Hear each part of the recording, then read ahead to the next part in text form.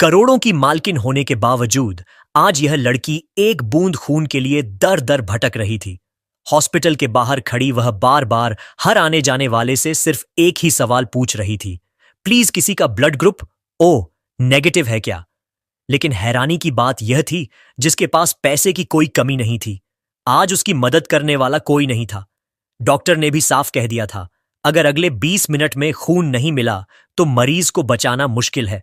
यह सुनते ही लड़की की आंखों से आंसू रुकने का नाम नहीं ले रहे थे। उसके हाथ कांप रहे थे और उम्मीद धीरे धीरे खत्म हो रही थी। तभी भीड़ के बीच से एक साधारण सा दिखने वाला लड़का आगे आया। उसने धीरे से लड़की की तरफ देखा और लड़के ने बिना कुछ कहे अपने हाथ आगे बढ़ाए और बोला, मेरा ब्लड ग्रुप ओ नेगेटिव है, अगर जरूरत है तो मैं दे सकता हूं। लड़की जैसे कुछ पल के लिए समझ ही नहीं पाई कि यह सच है या सपना। उसकी आंखों में उम्मीद की एक किरण चमकी। वह तुरंत लड़के के सामने हाथ जोड़कर खड़ी हो गई। प्लीज मेरी मां को बचा लो, मैं तुम्हारा यह एहसान जिंदगी भर नहीं भूलूंगी। लड़का बस हल्का सा मुस्कुराया। एहसान मत बोलिए, इंसानियत है। इतना कहकर वह सीधे डॉक्टर के पास चला गया। डॉक्टर ने जल्दी जल्दी टेस्ट किया। रिपोर्ट आई और सच में उसका ब्लड ग्रुप मैच कर गया। डॉक्टर ने राहत की सांस ली और तुरंत उसे अंदर ले जाया गया। लड़की वहीं बाहर बैठ गई। उसका दिल तेज तेज धड़क रहा था। हर एक सेकंड उसे घंटों जैसा लग रहा था। वो बार बार भगवान से प्रार्थना कर रही थी, बस मेरी मां को कुछ हो ना जाए। करीब 20 मिनट बाद डॉक्टर बाहर आए। लड़की तुरंत खड़ी हो गई। डॉक्टर, मेरी मां ठीक है ना? डॉक्टर के चेहरे पर हल्की सी मुस्कान थी। अब खतरा टल गया, खून मिल गया, इसलिए उनकी जान बच गई। यह सुनते ही लड़की की आंखों से खुशी के आंसू बहने लगे। वह वहीं जमीन पर बैठ गई और रोने लगी। लेकिन कुछ ही पल बाद उसे उस लड़के की याद आई। वो तुरंत उठी और इधर उधर देखने लगी। वो लड़का कहां है जिसने मेरी मां की जान बचाई? वो पूरे हॉस्पिटल में उसे ढूंढने लगी।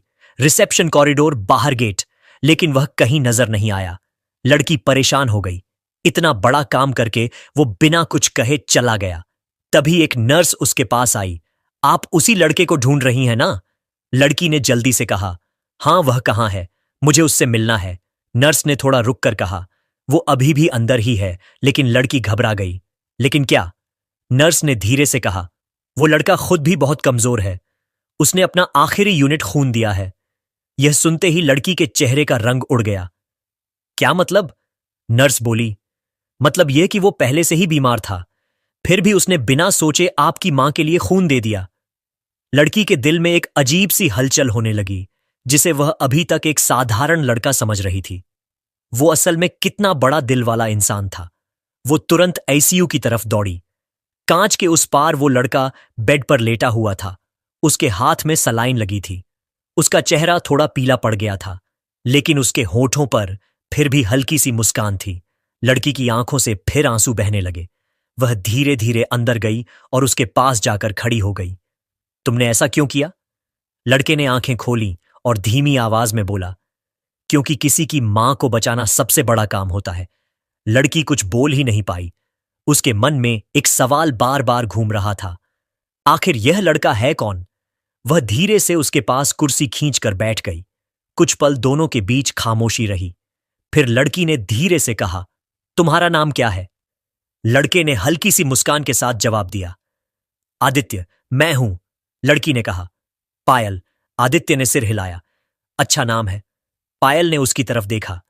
तुमने मेरी मां की जान बचाई है, मैं यह एहसान कभी नहीं भूल सकती। आदित्य ने तुरंत कहा। मैंने पहले भी कहा, यह कोई एहसान नहीं है। पायल ने थोड़ा रुक कर पूछा, लेकिन तुम खुद इतने कमजोर हो, फिर भी तुमने खून दे दिया, क्यों? आदित्य कुछ सेकंड तक चुप रहा। उसकी आंखों में अचानक एक दर्द झलकने लगा। उसने धीरे से कहा, क्योंकि मैं जानता हूं खून ना मिलने का दर्द क्या होता है। पायल ने हैरानी से उसकी तरफ देखा। क्या मतलब? आदित्य की आंखें नम हो गईं। वो छत की तरफ देखने लगा, जैसे कोई पुरानी यादें सामने आ गई हों। आज से 1 साल पहले मेरी मां का एक्सीडेंट हो गया था। पायल ध्यान से सुनने लगी। बहुत ज्यादा खून बह गया था। मैं उन्हें लेकर इसी तरह एक हॉस्पिटल के बाहर खड़ा था।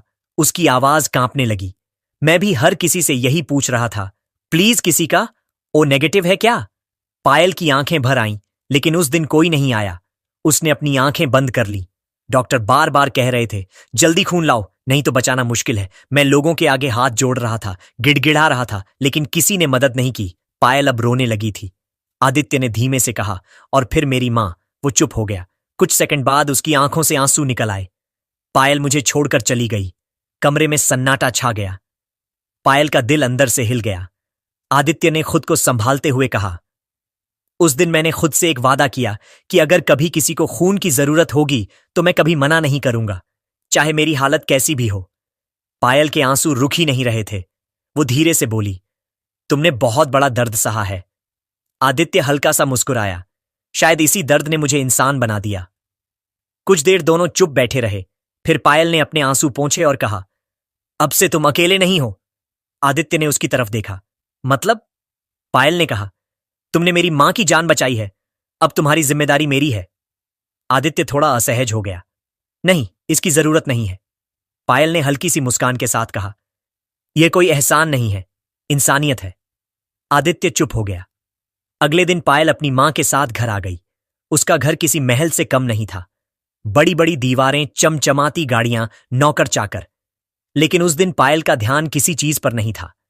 उसके मन में सिर्फ आदित्य था। उसने अपने मैनेजर को बुलाया। एक काम करना है, उस लड़के को ढूंढो जिसने मेरी मां के लिए खून दिया था। कुछ घंटों में ही आदित्य का पता चल गया। वो एक छोटे से कमरे में रहता था। साधारण जिंदगी, कोई खास सुविधा नहीं। पायल खुद उससे मिलने गई। आदित्य उसे देखकर चौंक गया। आप यहां? पायल ने कहा, मैं तुम्हें लेने आई हूं। क्या? आदित्य हैरान था। हां, अब तुम मेरे साथ चलोगे? आदित्य ने मना करने की कोशिश की। नहीं, मैं ठीक हूं यहां, पायल ने मुस्कुराते हुए कहा। तुम्हें नौकरी चाहिए ना? आदित्य चुप हो गया। मेरे घर में ड्राइवर की जरूरत है। आदित्य ने हैरानी से पूछा, ड्राइवर? हां, लेकिन सिर्फ ड्राइवर नहीं, एक ऐसे इंसान की जरूरत है जिस पर भरोसा किया जा सके। आदित्य कुछ सोचने लगा। उसके पास कोई खास काम नहीं था और जिंदगी भी आसान नहीं थी। आखिरकार उसने हां कर दी। कुछ ही दिनों में आदित्य पायल के घर काम करने लगा। वह बहुत ईमानदारी से अपना काम करता, समय पर आता और बिना शिकायत के हर काम करता। घर के सभी लोग उसे पसंद करने लगे। लेकिन पायल के मन में उसके लिए कुछ अलग एहसास बनने लगे। वो अक्सर उसे दूर से देखती रहती। उसकी सादगी, उसकी सोच, सब कुछ उसे अलग लगने लगा था।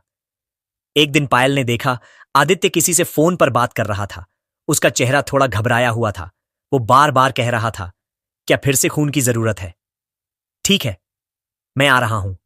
पायल ने यह सुना और चुपचाप उसके पीछे चल दी। आदित्य सीधे एक छोटे से अस्पताल पहुंचा। वहां एक बच्चा भर्ती था जिसे खून की जरूरत थी। आदित्य बिना कुछ सोचे फिर से खून देने चला गया। पायल यह सब देख रही थी। उसकी आंखों में सम्मान और बढ़ गया।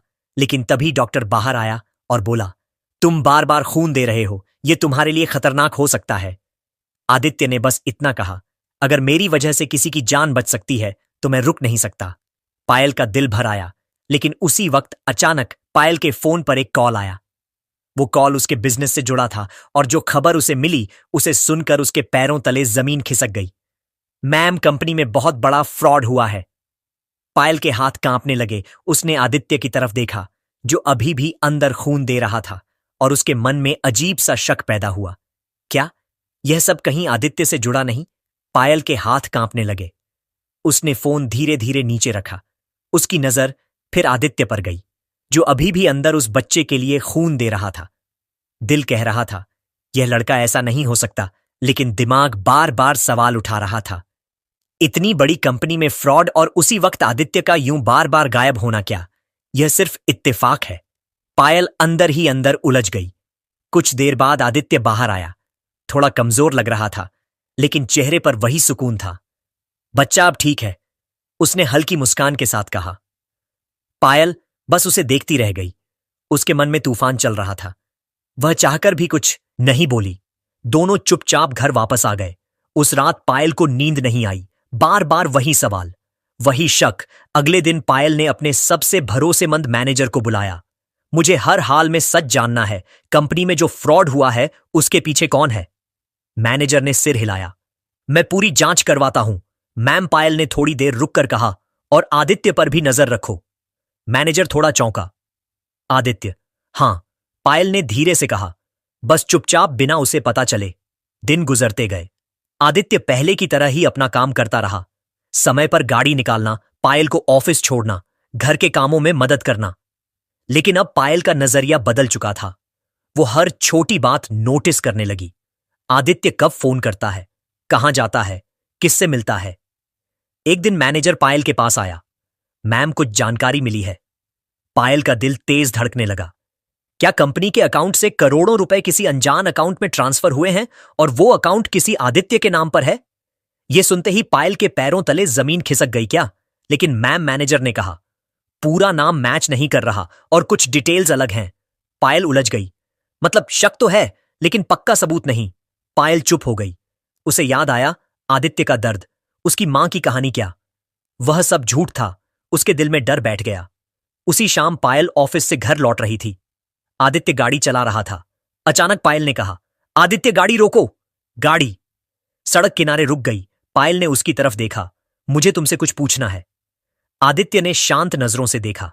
जी मैम। पायल की आवाज थोड़ी सख्त हो गई। क्या तुमने कभी मेरी कंपनी के अकाउंट्स को हाथ लगाया है? आदित्य चौंक गया। नहीं मैम, मैं तो सिर्फ ड्राइवर हूं, झूठ मत बोलो। पायल अचानक तेज आवाज में बोली। आदित्य घबरा गया। मैं सच कह रहा हूं मैम। पायल की आंखों में गुस्सा और दर्द दोनों थे। मेरी कंपनी से करोड़ों रुपए गायब हुए हैं और जिस अकाउंट में गए हैं उसका नाम आदित्य है। आदित्य कुछ पल के लिए चुप हो गया। उसके चेहरे पर हैरानी थी। लेकिन मैंने ऐसा कुछ नहीं किया। पायल ने गुस्से में कहा। फिर यह सब क्या है? आदित्य की आवाज धीमी हो गई। मुझे नहीं पता मैम। पायल ने आंखें बंद कर ली। मैंने तुम पर भरोसा किया था। आदित्य के दिल पर जैसे चोट लगी। और तुमने मैंने कुछ नहीं किया। आदित्य ने धीरे से कहा। लेकिन अब पायल के अंदर का शक बहुत बड़ा हो चुका था। आज से तुम इस घर में काम नहीं करोगे। आदित्य ने सिर झुका लिया। ठीक है मैम। उसने बिना कुछ कहे गाड़ी की चाबी टेबल पर रखी और धीरे धीरे वहां से चला गया। पायल उसे जाते हुए देखती रह गई। दिल रो रहा था, लेकिन दिमाग उसे रोकने नहीं दे रहा था। कुछ दिन बीत गए। घर फिर से शांत हो गया, लेकिन पायल के दिल में खालीपन बढ़ता जा रहा था। आदित्य की कमी उसे हर जगह महसूस होने लगी। उधर आदित्य अपनी पुरानी जिंदगी में वापस आ गया। छोटा सा कमरा, साधारण काम, लेकिन उसके चेहरे पर अजीब सा सुकून था। वो अब भी लोगों की मदद करता। जहां भी खून की जरूरत होती वो पहुंच जाता। एक दिन अचानक पुलिस उसके कमरे पर आई। आदित्य, तुम्हें हमारे साथ चलना होगा। आदित्य चौंक गया। क्यों? तुम पर करोड़ों के फ्रॉड का आरोप है। यह सुनकर आदित्य के पैर तले जमीन खिसक गई।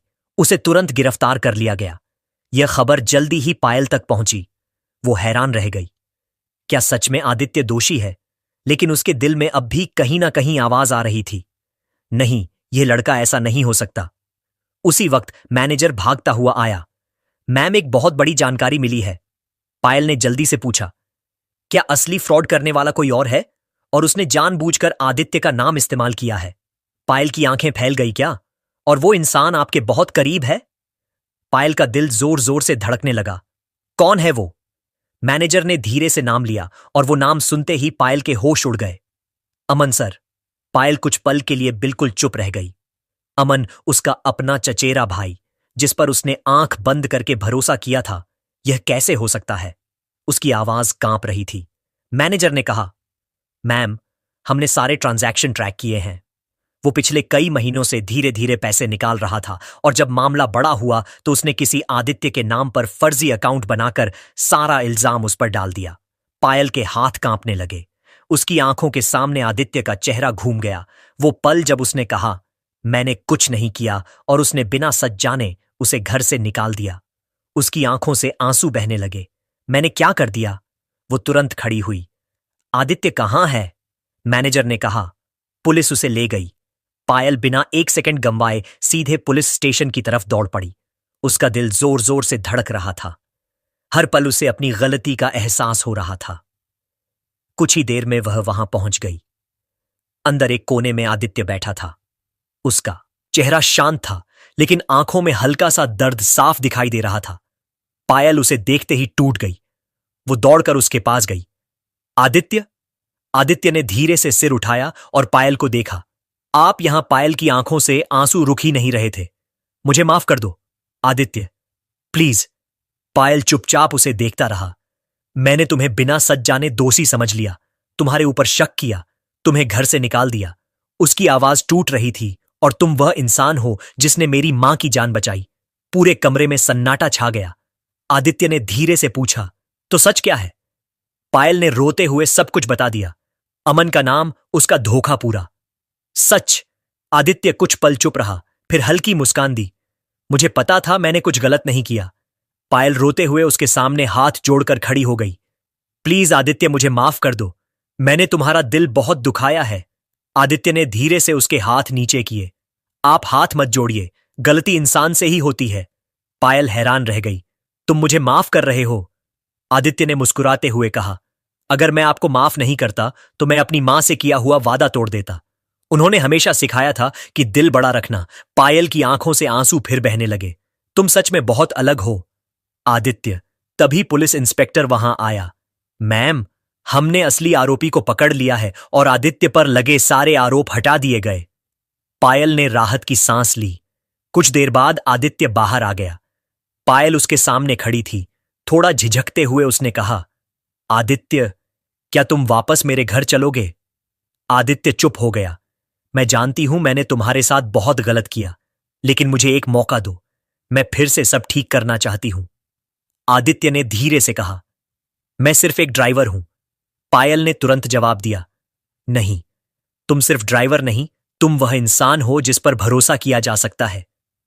कुछ पल की खामोशी के बाद आदित्य ने हल्की मुस्कान के साथ कहा, ठीक है। पायल के चेहरे पर पहली बार सच्ची खुशी आई। सच? हां, लेकिन एक शर्त है क्या? अब कभी मुझ पर बिना सच जाने शक नहीं करोगी? पायल ने तुरंत कहा, कभी नहीं। दोनों हल्का सा मुस्कुरा दिए। कुछ दिनों बाद आदित्य फिर से उसी घर में काम करने लगा, लेकिन इस बार सब कुछ अलग था। अब पायल उसे सिर्फ एक ड्राइवर की तरह नहीं, बल्कि एक अपने की तरह देखने लगी। घर का माहौल भी बदल गया और आदित्य, वो आज भी वहीं था। जहां भी किसी को खून की जरूरत होती, वो बिना सोचे मदद करने पहुंच जाता। एक दिन पायल ने उससे पूछा, तुम इतना सब कुछ करने के बाद भी थकते नहीं हो? आदित्य ने मुस्कुराकर कहा, जब किसी की जान बचती है ना, तो सारी थकान अपने आप खत्म हो जाती है। पायल उसे देखती रह गई। उस दिन उसे समझ आया कि असली अमीरी पैसों में नहीं होती, दिल में होती है। और असली इंसान वही होता है जो बिना किसी स्वार्थ के दूसरों के काम आए। कहानी की सीख, जिंदगी में कभी भी किसी को उसकी हालत देखकर मत आंको, क्योंकि कई बार साधारण दिखने वाले लोग सबसे असाधारण काम कर जाते हैं। और सबसे बड़ी बात, कभी भी बिना सच जाने किसी पर शक मत करो, क्योंकि एक गलत फैसला किसी अच्छे रिश्ते को हमेशा के लिए तोड़ सकता है। अगर आपको हमारी वीडियो अच्छी लगी हो तो प्लीज इसे लाइक करें और चैनल को सब्सक्राइब करें। धन्यवाद।